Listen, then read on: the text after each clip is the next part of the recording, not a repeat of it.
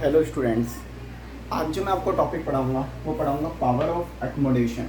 अच्छा, हम सभी जानते हैं कि जो नॉर्मल आइज़ होती हैं, जो आंखें ठीक होती हैं, जिनमें चश्मा नहीं लगा होता, वो क्या होती हैं, बहुत दूर तक की भी डिस्टेंस साफ देख सकती हैं और अपने नियर बाय ऑब्जेक्ट भी साफ देख सकती हैं। इसी टॉपिक का नाम होता है पावर ऑफ एकोमोडेशन।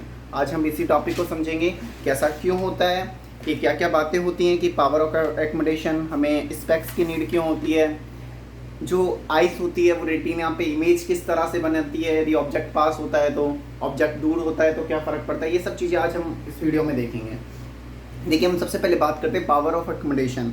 तो एक जो नॉर्मल आई होती है ना, can see the distance as well as the nearby object clearly. तो वो बहुत दूर का डिस्टेंस और जो पास की डिस्टेंस है उनको बहुत आसानी से साफ साफ देख सकती है, जिनकी आँख नॉर्मल होती है, जिनकी आँखें ठीक होती हैं।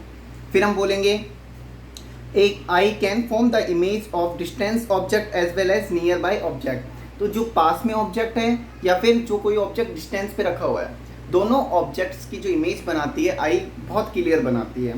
एंड ऑन इट्स रेटिना, और कहाँ पे बनाती है, रेटिना पे, by changing the focal length of its lens. और वो किस आधार पे बनाती है कि लेंस को क्या कर देती है, उसकी फोकल लेंथ को चेंज कर करके बनाती है, फोकल लेंथ को चेंज कर करके बनाती है।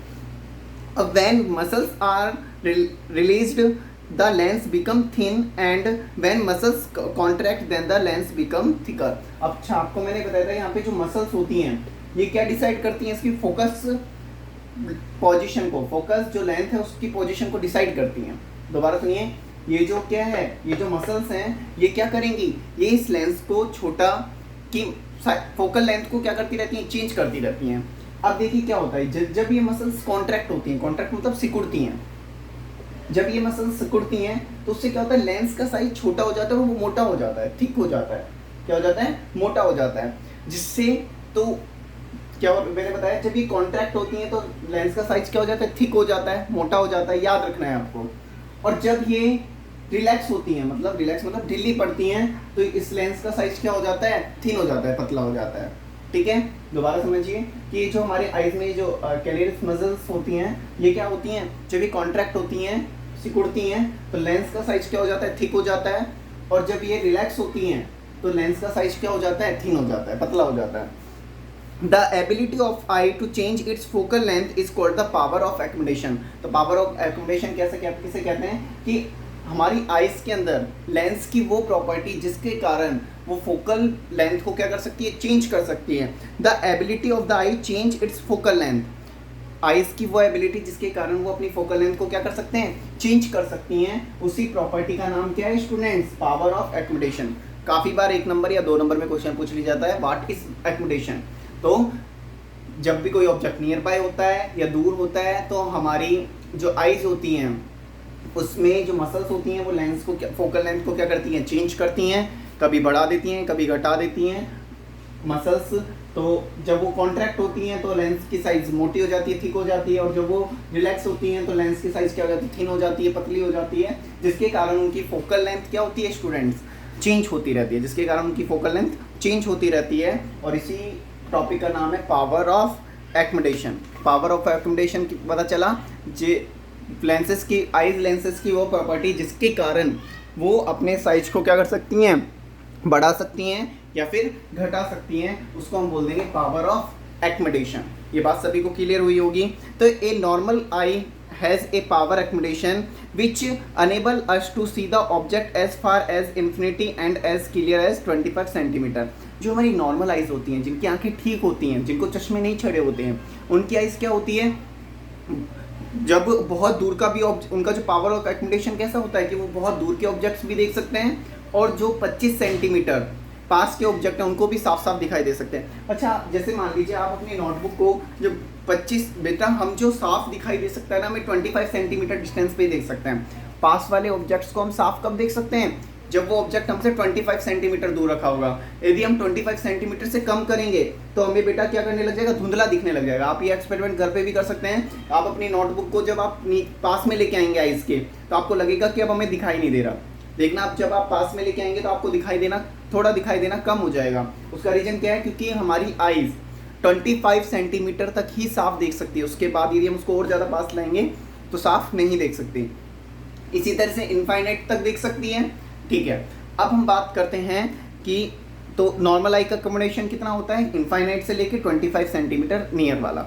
ठीक है, the near point of normal you is 25 centimetre. तो जो हमारा नियर पॉइंट है वो क्या होना चाहिए, 25 सेंटीमीटर होना चाहिए। किसी भी ऑब्जेक्ट को साफ साफ देखने के लिए हमें उसे 25 सेंटीमीटर पे रखना होगा। ये बात क्लियर हुई, उस ऑब्जेक्ट को हमें 25 सेंटीमीटर पे रखना होगा। The far point is normal I is infinitely, और जो फार पॉइंट होता है, जो दूर वाला नियर पॉइंट तो क्या होता है 25 सेंटीमीटर, कितना होता है 25 सेंटीमीटर, और फार पॉइंट होता है इन्फिनिटी।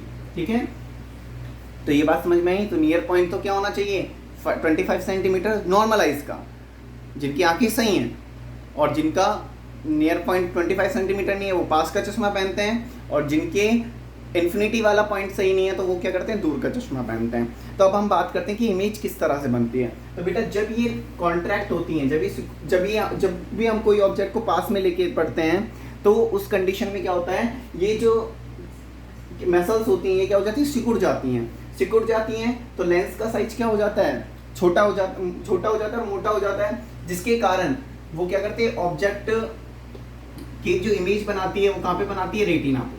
कहाँ पे बनाती है, रेटिना पे। तो ये नियर बाई ऑब्जेक्ट में तो ये कंडीशन होती है। अच्छा, जब भी दो रेज आपस में मिलेंगे वहाँ पे इमेज बनेगी। तो देखिए यदि यहाँ पे मान लीजिए कोई ऑब्जेक्ट रखा हुआ है, तो यहाँ से दो रेज निकली और ये कहाँ पे मिली, रेटिना पे जाके मिली, और यहाँ पे क्या बन जाएगी, इमेज बन जाएगी। बात क्लियर हुई आप सभी को। अब हम बात करते हैं फॉर फार ऑब्जेक्ट, जो ऑब्जेक्ट दूर रखे हुए हैं, जो ऑब्जेक्ट कहाँ रखे हुए हैं, दूर। तो आपसे पता है कि जो भी ऑब्जेक्ट दूर होते हैं वहाँ से जो रेज आती है वो कैसी आती है, जो भी ऑब्जेक्ट दूर होते हैं वहाँ से जो रेज आती है वो पैरेलल आती है प्रिंसिपल एक्सिस के, और पैरेलल आई तो वो फोकस पॉइंट यहाँ पे मिल गई, और इसी पॉइंट पे क्या बना देंगी, इमेज बना देंगी। तो जो भी ऑब्जेक्ट नियर रखा होगा उसमें तो ये कंडीशन बनेगी, यहाँ से रेज निकलेंगी, और जो भी ऑब्जेक्ट दूर रखा होगा यहाँ से निकलेंगी रेज, और यहाँ पे क्या बना देंगी, पॉइंट, यहाँ पे क्या बना देंगी, इमेज बना देंगी। तो दोनों डायग्राम्स आपको क्लियर हुए। ये तो बना नियर बाय ऑब्जेक्ट के लिए और वो बना फार ऑब्जेक्ट के लिए। ठीक है बेटा, ये तो बना नियर बाय ऑब्जेक्ट के लिए और ये बना फार ऑब्जेक्ट के लिए। तो पास में यदि कोई ऑब्जेक्ट है तो रेटिना पे इमेज बन जाएगी, और दूर कोई ऑब्जेक्ट है तो रेटिना पे इमेज बन जाएगी। लेकिन यहाँ पे हमें एक बात देखनी होगी कि जिनकी आंखें खराब होती है उनकी आइज में ऐसा क्या प्रॉब्लम होता है कि उन्हें चश्मा लगाना पड़ता है। ठीक है, तो हम यहाँ पे वही कंसेप्ट सीखेंगे कि ऐसा क्या हुआ। तो बेटा इसका मीन्स हुआ कि यदि कोई ऑब्जेक्ट पास, हमें इमेज कब साफ दिखाई देगी, जब हमारा इमेज कहाँ पे बनेगा, रेटिना पे बनेगा। कोई भी चीज़ हमें कब साफ दिखाई देगी, जब हमारा इमेज कहाँ पे बनेगा, रेटिना पे बनेगा। अब बेटा जो भी लोग स्पेक्स यूज करते हैं, चश्मे यूज करते हैं, उनका जो इमेज है वो कहाँ नहीं बन रहा, रेटिना पे नहीं बन रहा। तो वहाँ पे हम कोई ना कोई लेंस लेके उसको कहाँ बनाते हैं, रेटिना पे बना देते हैं, जिससे उस आदमी को भी क्या दिखाई देने लग जाता है, चश्मा लगाने के बाद साफ दिखाई देने लग जाता है। बात समझ में आई। तो इस इमेज को रेटिना पे बनाने के लिए हम क्या करेंगे, अब देखिए हम डिफेक्ट्स के बारे में पढ़ेंगे कि आइज में क्या क्या डिफेक्ट्स होते हैं। जब दूर नहीं दिखाई देता तो उस बीमारी को क्या कहते हैं, जब पास का दिखाई नहीं देता तो उस बीमारी को क्या कहते हैं, और उनको दूर कैसे करते हैं चश्मा लगा के। अब हम इससे अब यही सीखेंगे कि हम उनको दूर कैसे करते हैं। तो यहाँ तक की बात आप सभी को क्लियर हुई।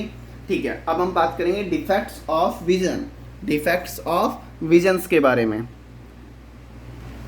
तो देखिए स्टूडेंट्स, हम जो यहाँ पे एक डिजीज के बारे में पढ़ेंगे वो पढ़ेंगे मायोपिया। देखिए मायोपिया डिजीज क्या होती है और किस तरह से ये इफेक्ट करती है। तो बेटा कुछ लोग होते हैं जिनको दूर का नहीं दिखाई देता, दूर का नहीं दिखाई देता, साफ नहीं दिखाई देता है लेकिन साफ नहीं दिखाई देता, तो उस डिजीज का नाम होता है मायोपिया। इसको जो दूसरा नेम होता है वो होता है नियर साइटनेस, नियर साइटेडनेस, मतलब पास का तो दिखाई देता है लेकिन किसका दिखाई नहीं देता, दूर का दिखाई नहीं देता, तो मायोपिया। बात समझ में आ गई। इसका मायोपिया का मीन्स क्या हुआ, जब समेत पास की चीज़ें तो साफ दिखाई देती है लेकिन दूर के ऑब्जेक्ट साफ नहीं दिखाई देते, तो उस डिजीज का नाम है मायोपिया। अब इसमें होता क्या है बेटा, जो हमारी नॉर्मल आइज होती है ना वो इस तरह से होनी चाहिए, नॉर्मल आइज। देखिए नॉर्मल आइज में क्या होना चाहिए कि पैरेलल रेज आएंगी। मान लीजिए कोई ऑब्जेक्ट इन्फिनिटी पे रखा हुआ है, इन्फिनिटी पे इस तरह से बनाएंगे, इन्फिनिटी पे रखा हुआ है तो वहां से पैरेलल रेज आएंगी और पैरेलल रेज आके क्या हो जाएंगी, किसी पॉइंट पे रेटिना पे मिल जाएंगी, तो हमारी क्या बन जाएगी, इमेज बन जाएगी। जब भी कोई ऑब्जेक्ट दूर रखा हुआ है तो पैरेलल रेज आएंगी और कहाँ पे मिल जानी चाहिए, रेटिना पे। लेकिन जब ये डिजीज हो जाती है, अब ये डिजीज किस कारण होती है, अब मान लीजिए हमारी आँख की जो बॉल है तो उसका साइज बढ़ जाए, या फिर क्या हो जाए हमारी जो कन्वर्जिंग पावर है लेंस की वो ज़्यादा हो, तो उस कंडीशन में क्या होता है कि ये जो पैरेलल रेज आ रही है ना, ये दोनों रेटिना पे ना मिलके पहले ही मिल जाती हैं। क्या हो जाती हैं? पहले ही मिल जाती हैं। तो अब इन्होंने जो इमेज बनानी थी रेटिना पे बनानी थी, लेकिन अब इन्होंने कहाँ बना दी? पहले ही बना दी। तो वो चीज़ हमें क्या दिखाई देगी? धुंधली दिखाई देगी। और ये किसके कारण हुआ है? लेंस के कारण। किसके कारण हुआ है? लेंस के कारण। मतलब लेंस ने क्या किया, लेंस थोड़ा सा उसकी कन्वर्जिंग पावर ज़्यादा हो गई, या फिर आप कह सकते हैं कि बॉल की पावर बॉल ज़्यादा बड़ी हो गई, जिसके कारण इसने क्या किया, जो भी पैरेलल रेज आई थी उनको पहले ही मिला दिया। अब पहले ही मिला दिया तो इमेज यहाँ पे बन गई, जो कि साफ नहीं है, क्योंकि साफ इमेज कब दिखाई देगी? रेटिना पे दिखाई देगी। तो हम क्या करते हैं? चश्मा लगाते हैं। अब चश्मा क्या लगाते हैं? कॉनकेव लेंस लगाते हैं, कॉनकेव लेंस। अब कॉनकेव लेंस क्या करता है, जो पैरेलल रेज आ रही है उनको डाइवर्ज कर देगा, पैरेलल रेज को डाइवर्ज कर देगा, और वापस से इमेज का, हालांकि बनना तो यहाँ चाहिए था क्योंकि हमारी आंखें खराब हो चुकी हैं, लेकिन वो दोबारा से उस इमेज को कहाँ बना देगा? रेटिना पे बना देगा, और हमें क्या दिखने लग जाएगा? साफ। तो हम कौन सा लेंस काम में लेंगे? Concave lens. तो जब भी हमें दूर का नहीं दिखाई देता तो हम कौन सा लेंस काम में लेते हैं? Concave lens. ये एग्जाम में काफ़ी बार क्वेश्चन पूछा जाता है। तो मायोपिया डिजीज आपको समझ में, जब हमें पास का तो दिखाई देता है लेकिन दूर का नहीं दिखाई देता, और उसको साफ, क्योंकि इमेज का बन जाता है, पहले ही बन जाता है, उसको साफ देखने के लिए हमें क्या करना पड़ेगा? कॉनकेव लेंस लगाना पड़ेगा, जिससे दोबारा इमेज कहाँ बन जाएगी? रेटिना पे बन जाएगी। तो ये टॉपिक आप सभी को समझ में आया कि हमने किस तरह से क्या किया, ठीक है। तो आप सभी, जो भी मैं आपको नोट्स भेजूंगा उनको प्रॉपरली आपको डेली लिखना है स्टूडेंट्स। डेली फिजिक्स के अंदर आपको मेहनत करनी है, डेली उस सब्जेक्ट को पढ़ना है, क्योंकि बहुत ईजी है फिजिक्स, समझने में के लिए बहुत ईजी है, बहुत आसानी से आपको समझ में आएगी। लेकिन ये आपको कंटिन्यूटी डेली रखनी पड़ेगी, रोजाना पढ़ना है, रोजाना इसका काम करना है। नहीं तो ये सब्जेक्ट हार्ड भी है तो वो इससे ज़्यादा ईजी भी कोई नहीं है। हार्ड तो कब है? जब आप इसे पढ़ेंगे नहीं, और ईजी कब है? जब आप इसे डेली पढ़ेंगे। तब इस सब्जेक्ट में कुछ है ही नहीं। दूर का नहीं दिखाई देता, कौन सा लेंस काम में लेना है? कॉनकेव लेंस काम में लेना है। इमेज कहाँ नहीं बन रहा था? रेटिना पे नहीं बन रहा था, और अब हमने कॉनकेव लेंस लगा के दोबारा इमेज कहाँ बना दी? रेटिना पे। अब देखो ये नॉर्मल आई की तरह हो गया ना, हमारी आंखें अब लेंस लगाने के बाद में नॉर्मल आइज की तरह हो गई। तो इसलिए बेटा हम ये लेंस काम में लेते हैं। तो आपको लेंसेज का कंसेप्ट समझ में आया। इसके बाद हम 2-3 डिजीज और बची हैं, हम उसको नेक्स्ट वीडियो में डिस्कस करेंगे। Okay students, thank you.